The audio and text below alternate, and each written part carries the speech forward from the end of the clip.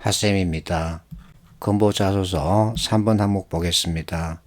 본인의 아이디어를 통해 문제를 해결했던 경험에 대하여 당시 상황과 아이디어 도출 과정을 설명하고 이와 같은 경험을 건보에 입사한 후 어떻게 활용할 수 있을지 기술해달라.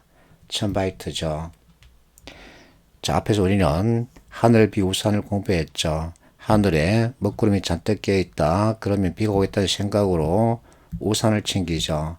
그러면 나는 뽀송뽀송한 모습을 보여줄 수 있죠.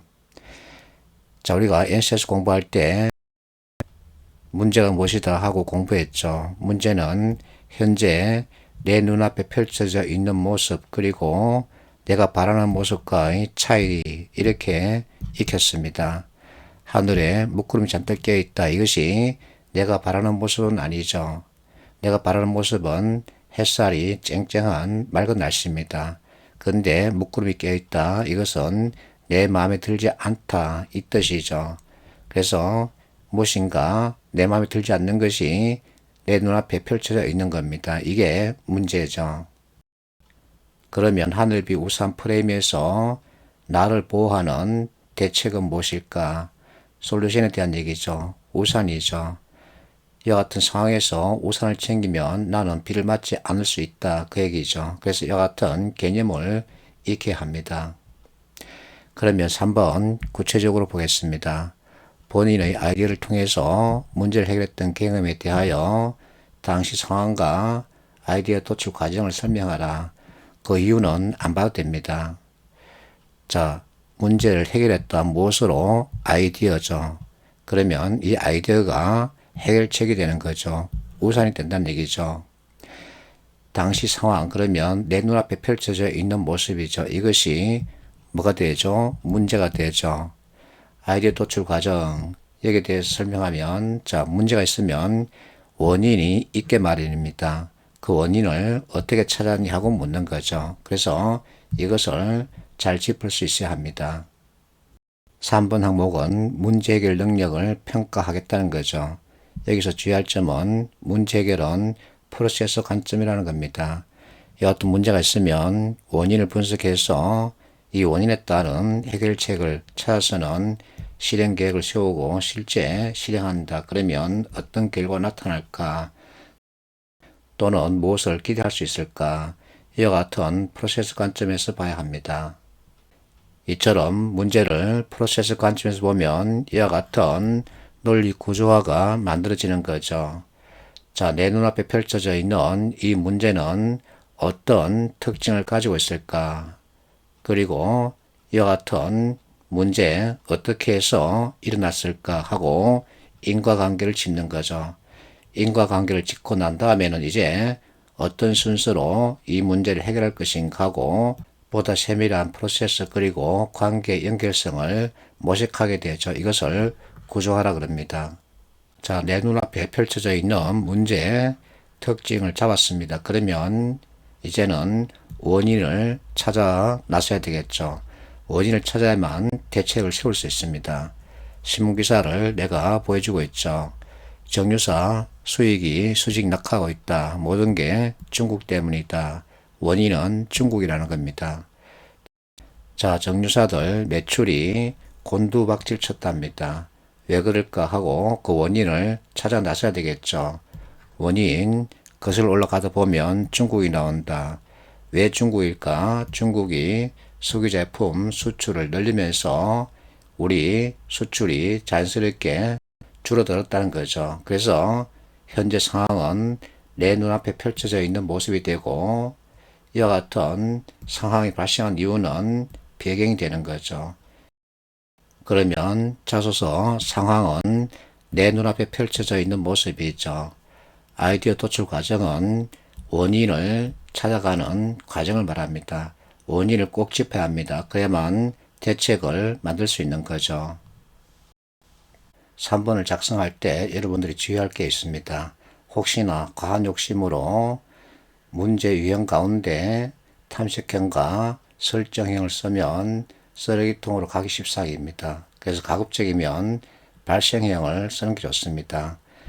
이 신문기사에서 곤두박질 쳤다라는 것은 이미 일어났다는 거죠. 이게 발생행위죠.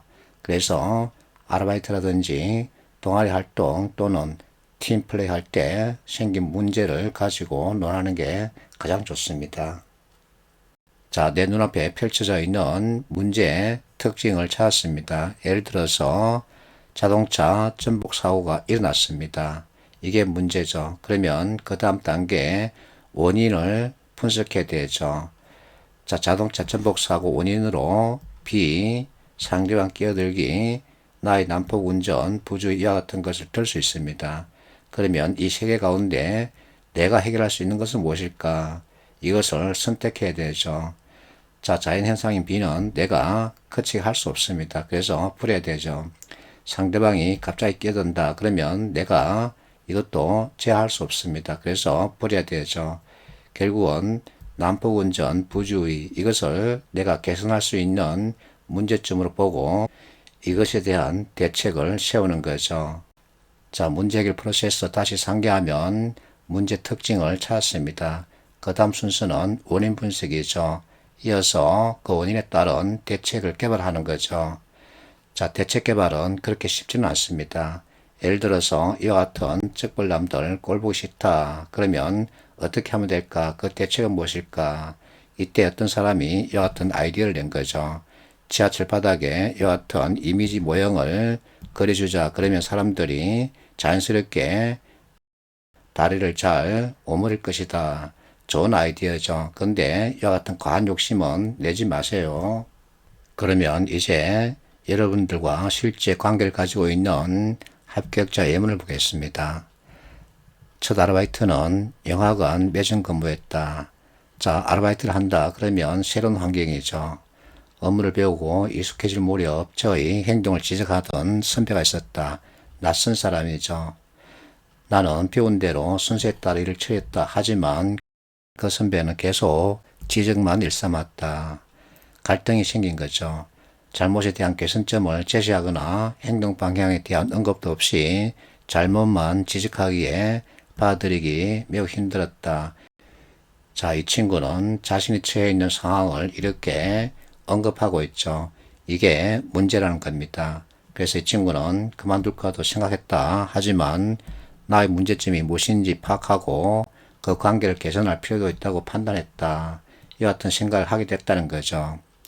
곰곰이 업무 처리 방법에 대해 생각해 보았더니 항상 정해진 순서대로만 수행하고 있다는 것을 깨달았다. 정해진 순서에 따라 하겠지만 경우에 따라서는 유연성이 필요할 때도 있다는 것을 파악했다.